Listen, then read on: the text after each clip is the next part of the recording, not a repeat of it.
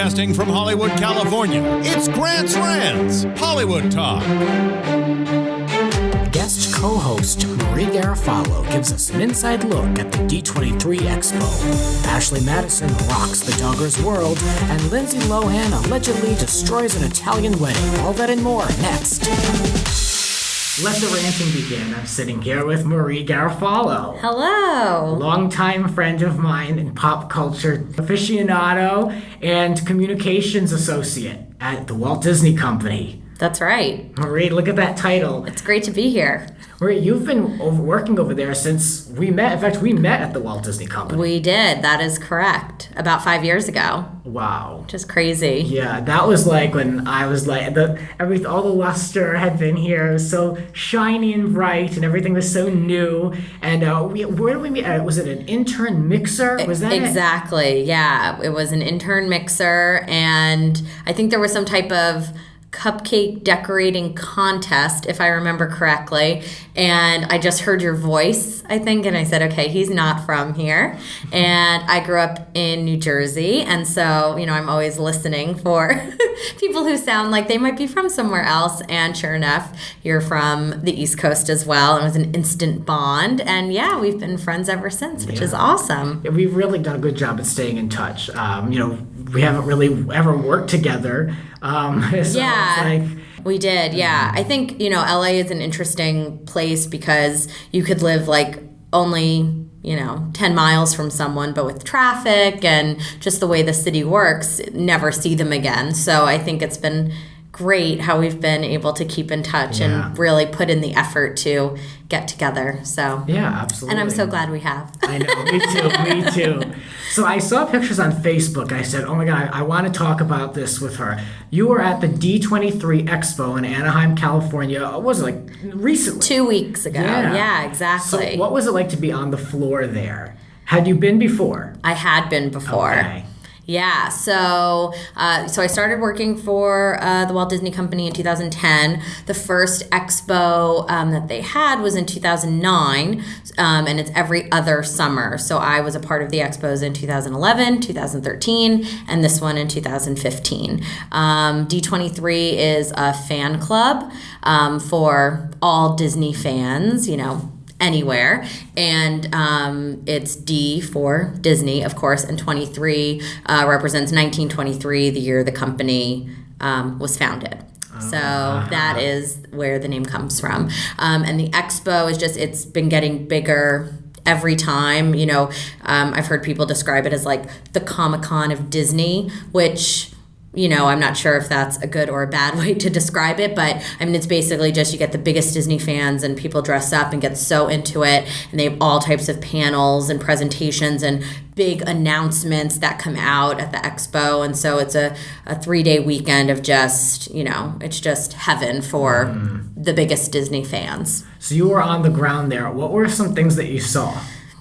So I was placed mostly in the Disney Consumer Products Pavilion. That's the segment of the company that I work for. And there was this new feature to the expo this year with trading cards. And so there were these different stations where fans could run around and see and pick up a trading card from a trading card representative. And so I was designated at this one location for most of the weekend and helped to hand out these cards. And of course, as typical Disney fans, people got very passionate about it, wanting to collect all of the cards. I think there were 30 that were given out throughout the course of the weekend. So, it's just fun to interact with people and talk to people. Is that similar to the pin trading? Exactly, yeah. God, those people with those pins take them so goddamn seriously. Those people love those pins. Yeah. There was a line to pin trade longer than it was to get on one of those roller coasters. Yeah. I couldn't believe it. So the pin trading people take very seriously. And I think, just with the nature of the expo, the fact that these trading cards were free and the excitement of an exclusive to the expo, yeah, people got very into it.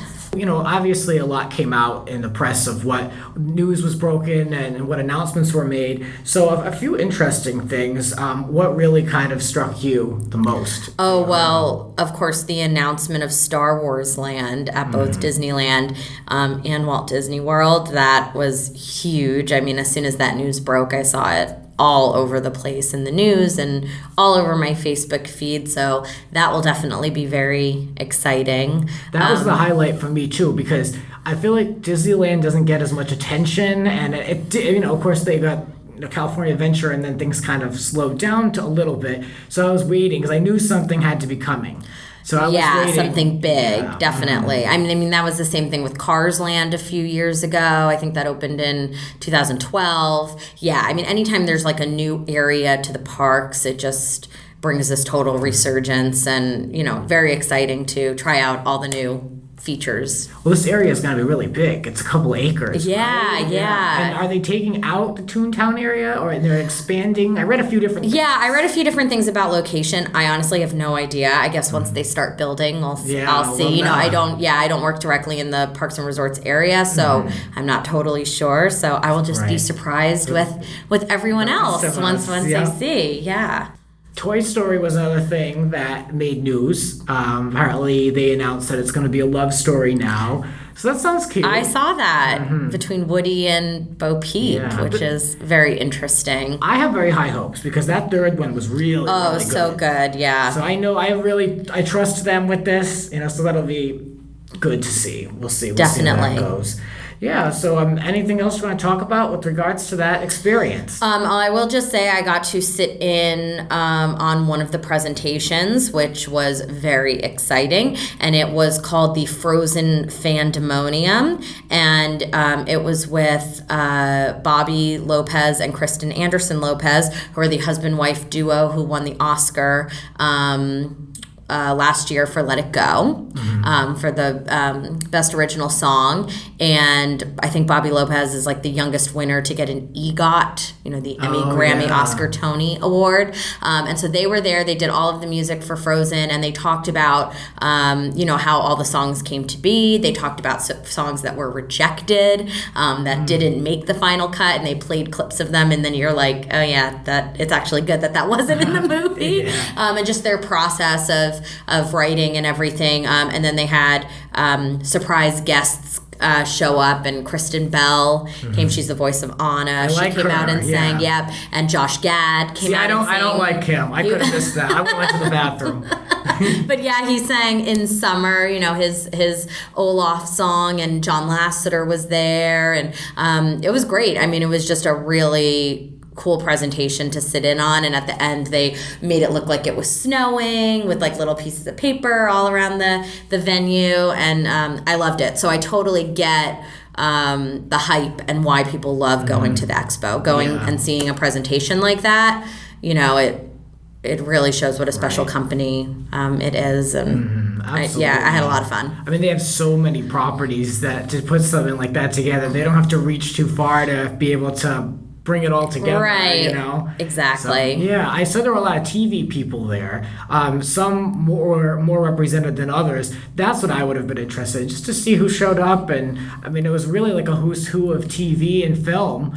Definitely. A lot of people walking around, I bet. Well, that was the thing too that was funny is, I'm not privy to, like seeing what celebrities are coming, but then afterwards word will kind of travel and you'll hear that Johnny Depp was there and Ellen DeGeneres was there, and it's like, oh my gosh, here I am handing out the trading cards, and like these amazing celebrities are just right down the hall, which is very exciting for everyone. But it's like, I want to see everybody. But I'm really glad that it was such a successful event. So yeah, well, I know that must have been a challenge for you not to see those celebs, because I know how much you love celebrities. Celebs, yeah. So not too surprised. Let's talk about one celebrity that recently got married after a questionable 3 years engagement.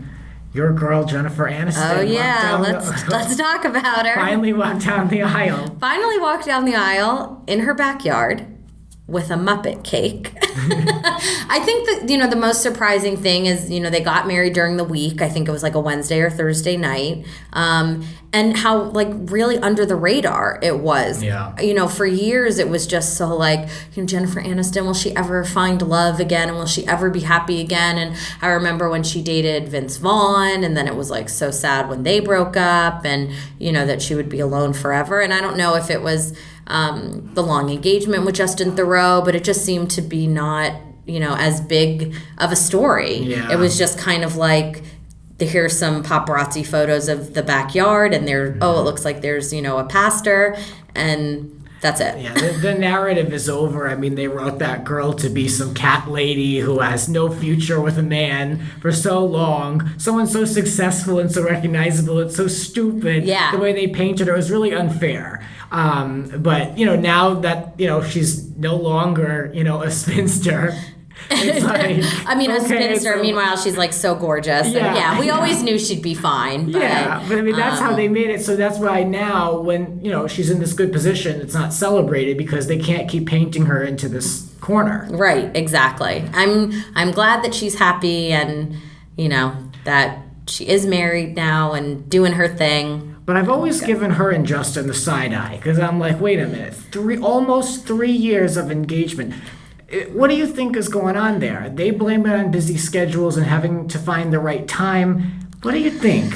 I mean, years? It's that's a long engagement, definitely. It could be busy schedules. It could also just be them wanting to get married on their own schedule, right? I mean, kind of a little bit maybe a dig at the media and everyone like speculating when they'll get married. And then, it kind of worked, right? By the time they did get married, no one cared anymore, right? I feel like when people get engaged and they get married and it all happens like within a year, it's still so much hype.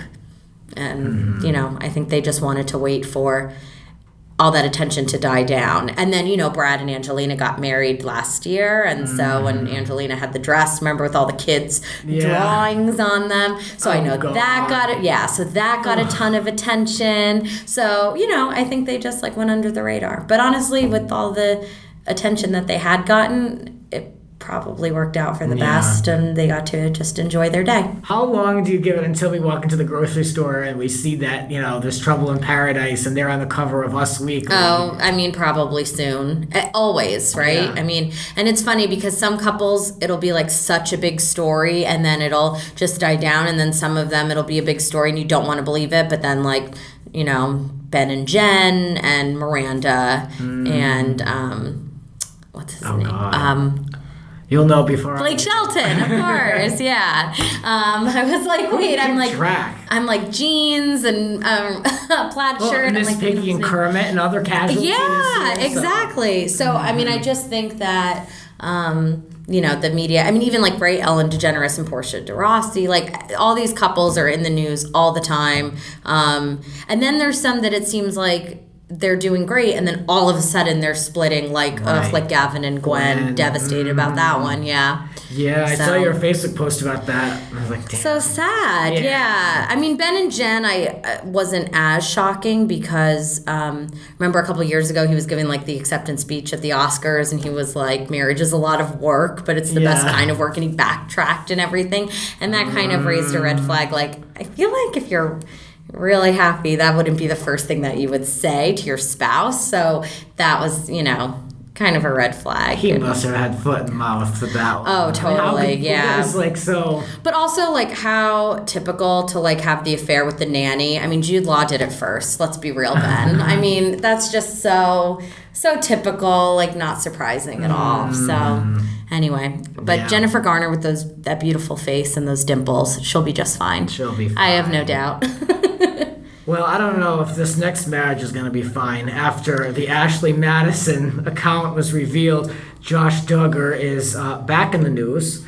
God, I feel like we were just talking about him not too long ago. I know. Okay, so it's funny. I had just I love reading People magazine. Shout out to People. Read it every week, and I think it was last week's issue or 2 weeks ago, Jill and Jessa Duggar, who we both know are Josh's two of his younger sisters, and they were victims of the whole molestation issue that happened, and the cover of People just said like moving on or something like that, and the big article was about 3 months after this story came out and how everyone's doing, and that must have been published and released right before this whole Ashley Madison thing broke, because all of the articles are just focusing on what happened in May and nothing is talking about Ashley Madison. I'm like, oh my gosh, like they must have gone to print right before this happened. Someone was pissed. Yeah, so definitely it's not 3 months later and everyone's moving on, because now they're right back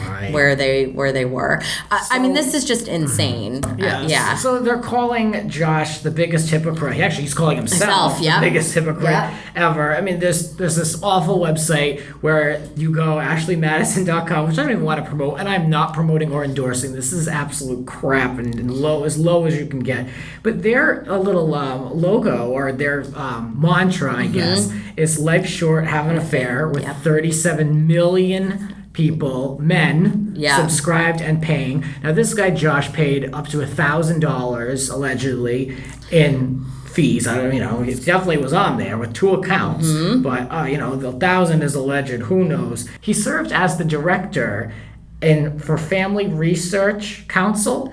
Yeah, exactly. A very conservative, ultra-conservative group, in Washington, D.C. That's right. So it kind of goes back to what a lot of people believe of all these conservative people to be closet fools, closet whatever. I mean, it just doesn't help anyone's case when you've got a classic example of this, with this man behaving this way and paying to even get a guaranteed woman to sleep with him. I mean, it's pretty lousy. Definitely. So I will say this. I mean, I have no problem admitting I was a huge fan of 19 Kids and Counting. I loved that show. I guess loved, past tense. Loved that show. I love watching TLC. Like, I love the shows where you just look at people kind of in these extraordinary circumstances. I love Little People, Big World, and then there was My Little Couple and Seven Little Johnstons. I mean, I watch all of those shows. I love My Giant Life, which is about tall people, like 7 foot tall people, and like how do they go on airplanes? Like, I'm just fascinated by these people in these extraordinary circumstances. And so I loved following 19 Kids and Counting, and I loved the courting and the marriages and how the whole family would be able to travel to China together, and how they did it in such an organized way with all those people in an airport. Like, I really liked following the show. With that being said, I think this is just so tragic, and just the whole situation is awful. The whole molestation scandal that broke a few months ago, was just terrible, and I can't imagine how that's affected Jill and Jessa, Josh's family, the other victims that were involved.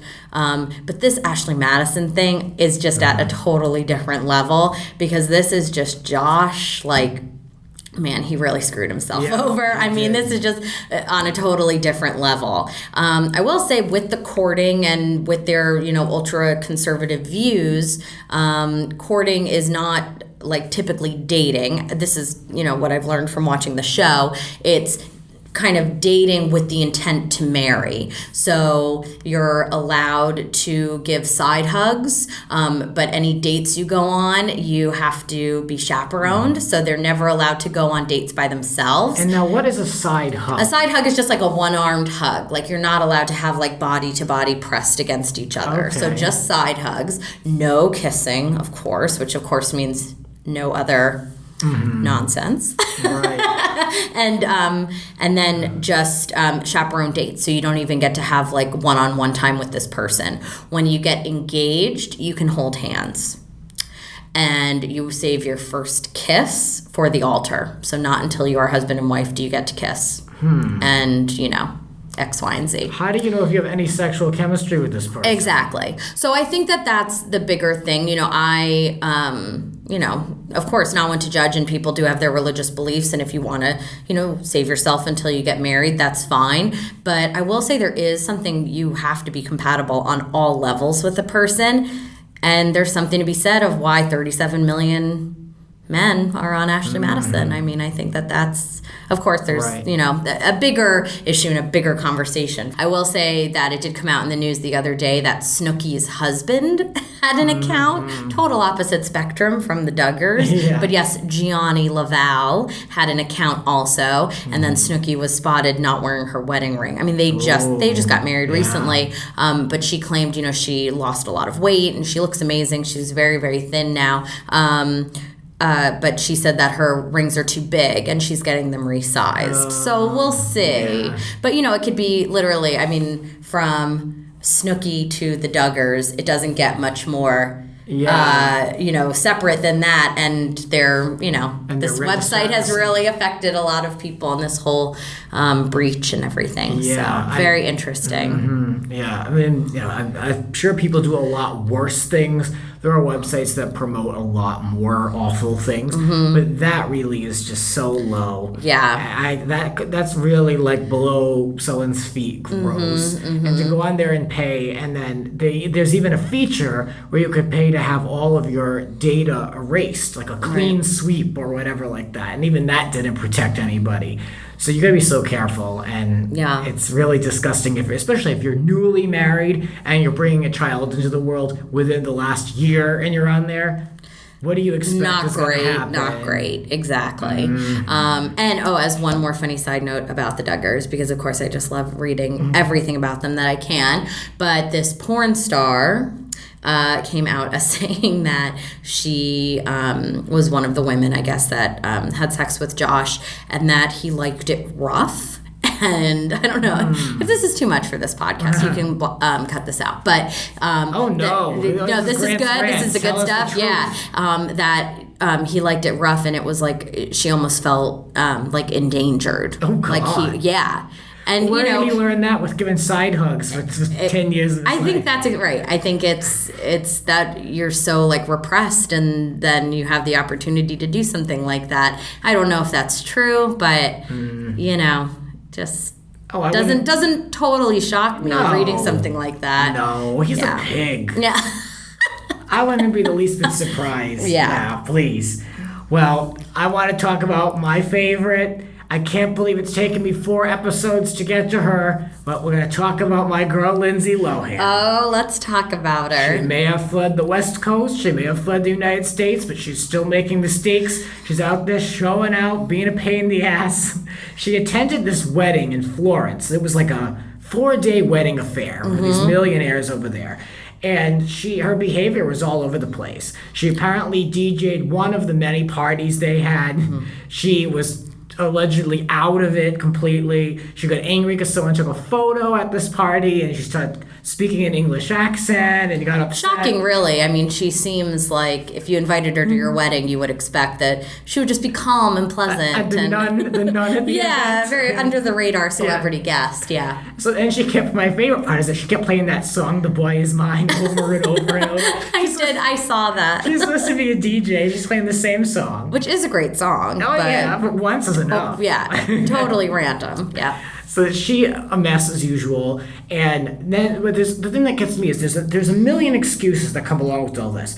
Then she goes to the wedding ceremony herself. Sources say she was totally checked out and over the ceremony even before it started. What was she doing at this ceremony? I read that she was painting her nails.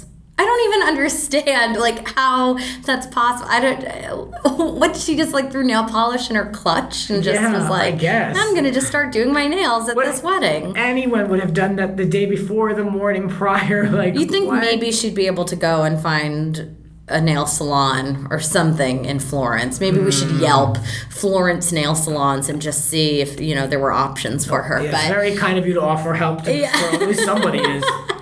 Jesus Christ. But yeah, I read about she claimed that she was drugged. Yeah. Yeah. She was drugged through a drink, which means she was drinking alcohol. So okay. Then she claimed Then she claims that she had jewelry stolen from her at the wedding. Always with the jewelry being stolen. Yeah. Right? This was the thing a few years ago at the necklace, yeah. And then she showed up in this dress. Now, this dress is very controversial because it looks white in the photo. She says that it's Elizabeth Taylor's dress. The dress has a long slit up one leg, so it looks like she's really kind of, showing off and upstaging the bride. She claims that the dress is like a light pink color and it didn't show up pink in the photo. Okay. And then the press is calling it an ivory dress. So, of course, there's a story behind it all. Including, she's going to bring Liz Taylor into it. I think she did Liz Taylor no favors already in life. So it's like, what a mess. This girl, everywhere she goes, I love her because she's constantly bringing the entertainment value. I don't believe for a minute she was drugged. Yeah. Unknowingly. This is just Lindsay being Lindsay. And I just wish, it's been going on now for so many yees. I just wanted to stop. Yeah. It's just become, it's so sad. It's just so, I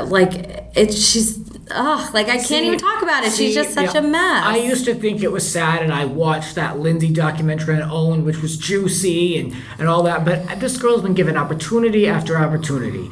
I don't really feel too bad for her anymore. Mm-hmm. She's not only has she been given opportunity, but she's been given the tools, the best of people to surround her and help her through this. She treated them terribly. Yeah. So it's like, look, she clearly doesn't want to do anything than what she's already doing. So I'm going back to just enjoying it from an entertainment perspective because she doesn't care as much as we care. Yeah. So at this point, whatever. I loved that OWN documentary. And I know that we had talked about it before, but oh my gosh, it was amazing. But it was just the craziest thing. If you remember in that one episode when she's moving into the apartment in New York and then the moving company brought all the boxes up to her apartment and then she said it was too crowded, so then they had to bring all the boxes back down. It's like, that's what a moving day is. It's chaos, and then you unpack everything. And then she went through her closet and was throwing stuff out, but she was living above like a vintage store, so she went into the vintage store after just having gotten rid of lots of clothes to buy new clothes that she did not need. Ugh, Lindsay. Her and her excuses just are one of my favorite parts because it's like this story is layered with so many things. And then she's going to throw in the jewelry being stolen. So then she puts there's the victim card on the table now. It's always the same thing with her. It's like a combination of chaos. Yeah. But there's always something in there. In the cyclone of chaos, there's something in there that we're supposed to feel bad for with her. And that kind of is supposed to be the redeeming quality in the situation, and then she gets up and moves on to the next mess. Exactly. I love her. I love her mother. Her mother's one of my favorite people. I can't get enough of her. I guess the mother now is going to be on a reality show on VH1. And New York, my all-time favorite from I Love New York and Flavor of Love, and her mother are going to be on there. So you can bet we'll be covering that at Grant's Rants. Can't wait to discuss it. And what was her mother's name again? Dinah? Sister Patterson. Oh, no. That was New York. No. She's top of mind. But is it Dina Lohan. Dina Lohan. No, I'm just kidding. Of course I know. Unknown celebrity mom, Dina Lohan. Yeah. My favorite. The orange Oprah, as Perez used to refer to her as. So funny. Oh, man. I just love her, and I hope that we have a lot more coverage of Lohans on future rants to come. You're listening to Grant's Rants. Please rate, subscribe, and share on iTunes and social media. Spread the word. There are a lot more rants to come. Follow us on Twitter at Grants__rants. And now for the one-on-one. Hot topics have to wait. We're now focusing on Marie. I have questions for you. Can't wait. I want to have a little, one-on-one chat. I feel like we know each other really well. We do. But there's stuff that I don't know. I'm going to ask those questions, and we'll fill in the blanks along the way. So I want to know, so of course, East Coast girl. Yes. Being so close to New York, did you ever, as a child, imagine you just end up in New York working there? Was that kind of the trajectory in your mind, or did you always want to go somewhere else? It's funny. So I grew up in northern New Jersey, Randolph, holla. And, I went into New York a lot when I was young. I love Broadway and, of course, always had an affinity for New York because it was, only a 45-minute drive away. But I will say, like, when I got to college, and then of course I watched like every episode of Sex and the City, I went to college and I was in classes with people and they just knew like they were going to end up in New York. And I was never really like that. I knew I loved entertainment and, wanted to work somewhere in that industry, but I was never like, I'm going to work in the big city. Like, I was never like that. So I didn't really have that set in my mind. And I'd vacationed a couple times in California with my family. But, I meet people sometimes and they're like, oh, I'm moving to LA. Like, that is where I need to be. And I was never dead set on moving to any particular city, but I was dead set on, following an amazing opportunity. And in 2010, I graduated from college. I went to Lafayette College in Easton, Pennsylvania, and through an alumni connection, actually got an interview with Disney Consumer Products and got a call, and they asked if I could move to LA in 2 weeks. And so this was right after I graduated from school. So, did anything hold you back when you heard 2 weeks? It was a little overwhelming because I actually had started working on the East Coast. I had gotten a job. And so just the whole thought of resigning, like I'd never formally resigned from a job before, and I'd only been there like 2 months at that point at that job. So I actually Googled like resignation letters to figure out how to write a resignation letter. And then, it was more the logistics of just,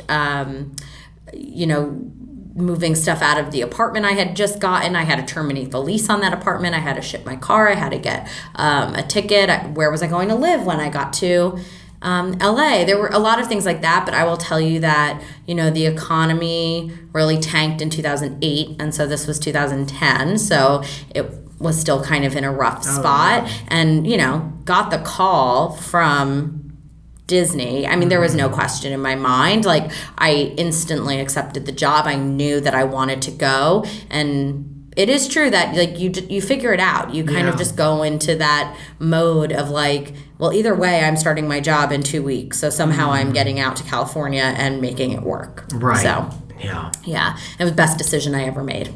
How did you find your way in this city? Like, it took me, I had to make a lot of wrong turns, figuratively and for real, behind the wheel, and just had to kind of figure it out as I went along. I was lost a lot around here with it, and have to kind of like turn around and use the GPS, and that's how I learned how to drive here, by making a ton of mistakes. How did you get comfortable in this big city? So I will say I am a Google Maps junkie. I love geography. I've always been a geography fan. I have a goal of getting to all 50 states, and even since I was young, I remember we had like a contest to name all the counties in New Jersey, and I won the contest. Like, I've always been a big fan of that. And I remember when I started here, and people would like mention the freeways, and that's also a difference East Coast to West Coast with the 10, the 5, the 405, and all the freeways out here. We come from the highways. Yeah, the highway system, and you would just take 287 to 78 to get to where I went to college. So just different. But I remember like people would have happy hours or invite me places after work, and I would just Google map everything and really look and like memorize where I'm going. I think it always drives me a little bit crazy when I get in the car with someone and they've lived here for a while and they're like, I have no idea where we're going. And it's like, well, what do you mean? Like you can look it up. I mean, now you have like a GPS and a phone and a computer. I mean, you have so many devices and ways to find things. I'm also a tough person with that kind of stuff. I'm like a little bit like no patience, but I just I just really looked.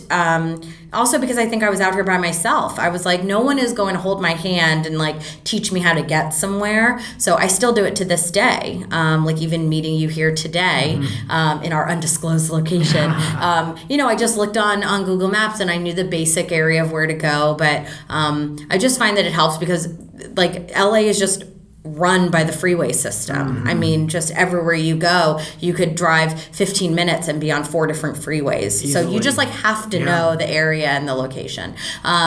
So from that perspective, that's kind of how I like quickly transitioned. Then about 8 months after I moved here, I met my boyfriend, and he's a Southern California native. So that also helped because, you know, he knows the area very well. So that was good. But then also, like when I was moving out here, I talked to people in human resources about where to live, right? Because I knew that traffic is a big topic of conversation and, you know, a big issue in the city. And I didn't want to live really far away from my office. And I was, you know, brand new to the city, and I didn't want to spend, you know, 4 hours a day in my car or something crazy like that. So my commute is really, it's still not bad. But that helped, just asking questions and kind of, you know, figuring out the best way to navigate. Because, with the public transportation here, you know, it's not New York. It's definitely a different type of city, and everyone's in their car. And so you just kind of have to learn how to navigate. Well, I know for a fact you enjoy living out here in the Hollywood experience. I do. We have gone to a few award shows where we've seat filled. Yes, that's correct. Yes, and we saw a lot of different people and some great performances. What was the award show that we went to? The AMAs. Yes, the American Music Awards. But that was like a free concert. It was amazing. Yep, a few years ago. I haven't heard from those people. Have you ever heard? No, I haven't gotten anything. Recently from them at all. Maybe they don't do it. I don't know. Yeah, but that was a really fun experience. Yeah, I definitely. wouldn't be surprised if all that closed up with that company particularly. But anyway, So who knows? Well, we got to see a lot of interesting people, and that was just with you and I together. What are some really cool Hollywood experiences you've had out here? What are some that come to the top of mind? Sure. So, well, probably one of the coolest experiences I've ever had was one of my very good friends he used to live in Boston, and now he actually lives out here. California is just bringing all the East Coasters to the West Coast. But at the time, he was living in the Boston area, and he was working for a newspaper in Lowell, Massachusetts, which that town might sound familiar because it was where The Fighter took place, which was the movie a few years ago with Christian Bale and Mark Wahlberg. Right. It was a great movie. And so anyway, my friend got a press pass to go to the Oscar red carpet to try to interview people and get more information about The Fighter, since it took place in Lowell. And he was able to get a second press pass, and he brought me with him.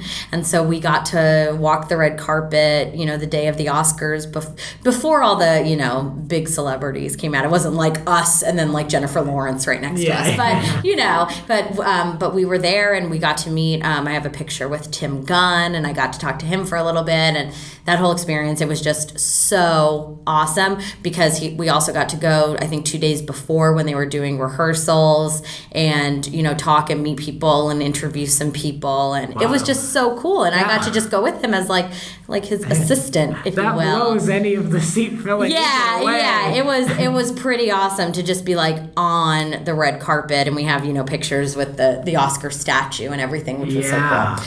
The second part of that story, which was just so cool, is I'm really into networking and following up with my connections. And there was an alum who we went to the same college, and she had been working for Oprah for several years. And when I first moved out here, I emailed her because she had given me resume help, and she was just super sweet and helpful. And I just let her know, hey, I got a job and I moved to California and the whole thing.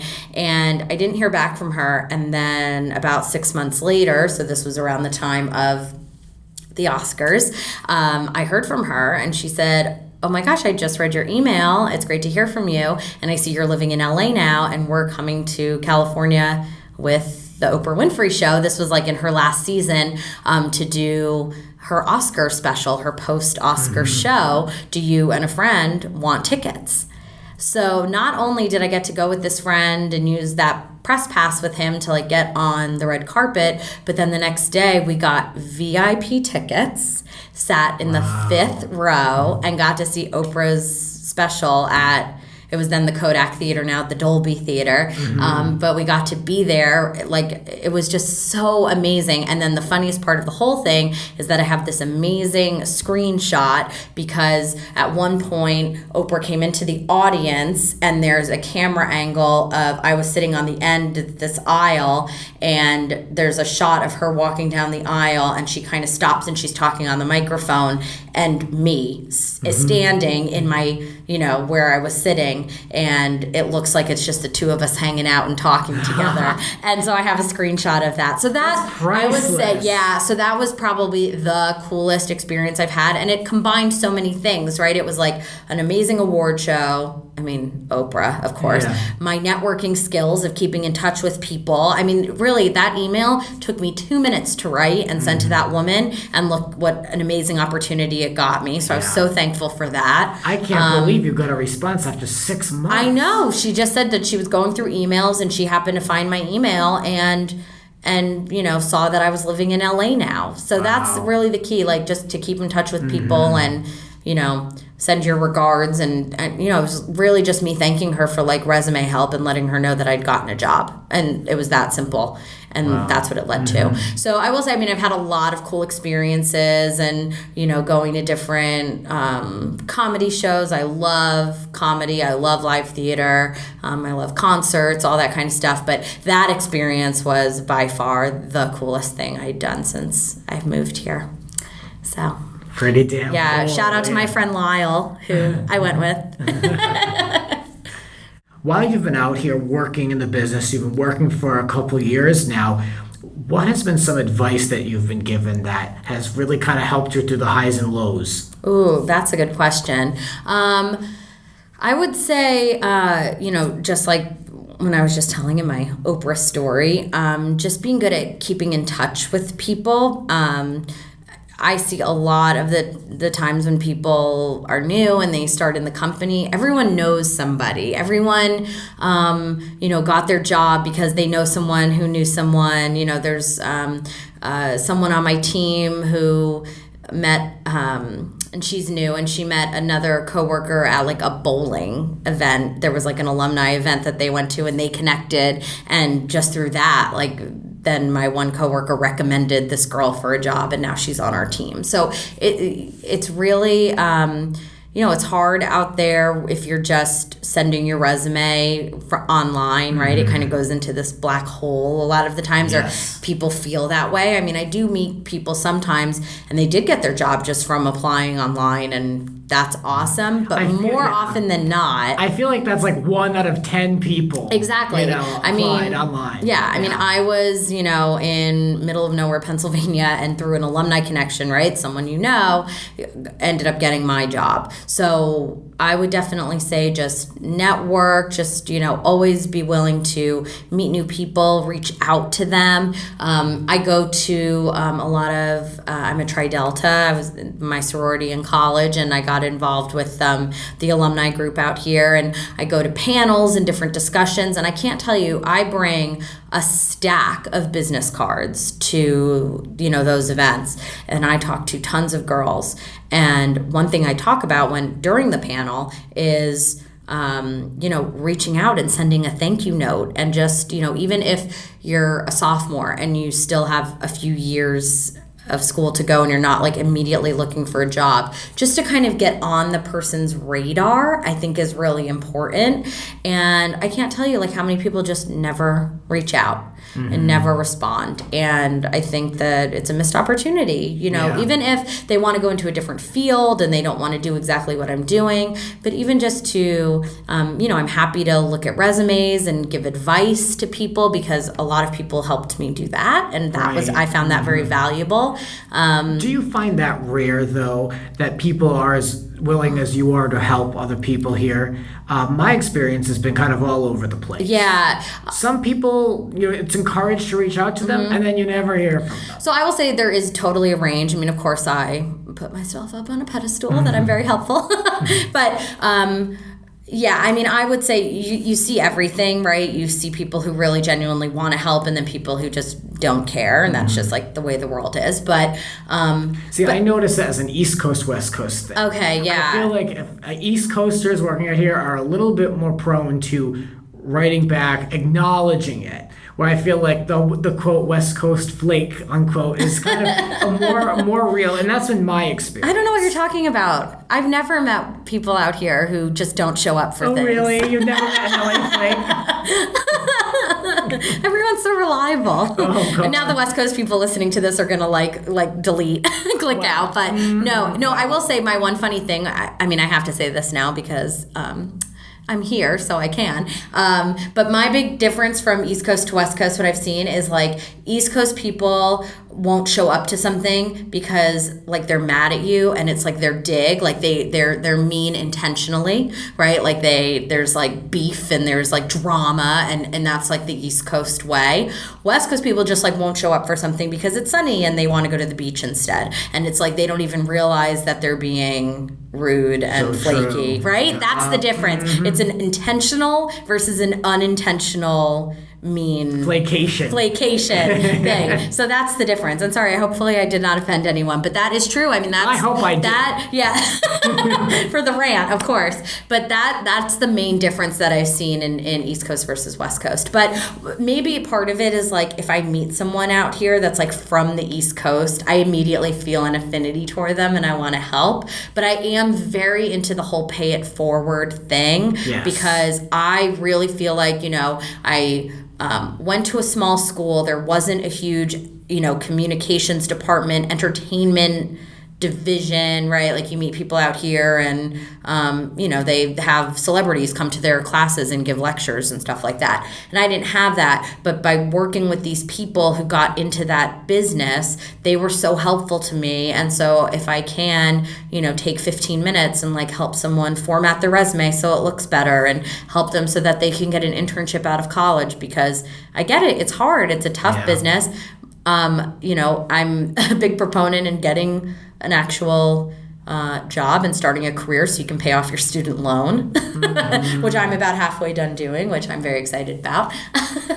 But, I am really into paying it forward. That's like my thing and what I hope to do. So I don't know, maybe I'm in the minority with that, but I'm going to keep doing it. Right. So, if you hear me at a panel and I say, email me, and you don't, I'll be disappointed. Well, where can people reach out to if they're interested in hearing more or have some questions? You touched upon a lot of things. Sure, yeah. So people can search for me. I'm on Facebook if they want to send me a private message and just reach out and let me know that they, heard me on Grant's Rants. Or LinkedIn. I'm also happy to connect with people on LinkedIn. Should I spell my name? Well, I'll put all of your information surrounding this episode on iTunes and the information below. Yeah, so people can definitely reach out. That's no problem at all. I'm always happy to help and connect with people. Well, Marie, I think we talked about everything from Toy Story 4 to Ashley Madison to Oprah. Everything. And the Orange Oprah. We even covered that We covered Dina, so we're all set. We're good. Yes. We're good. Thank you for ranting with me. Oh my gosh, thank you so much for having me. This was so much fun. Thank you. So much more ranting to come. Keep subscribing and supporting the show. I appreciate every subscription and look out for more. This has been Grant's Rants. Follow us on Twitter at Grants__Rants. Cover art created by Howie Ronay. Voiceover by Sir Richard Wentworth. Original theme music composed by Alexander Arnson. Granted Wish Productions 2015.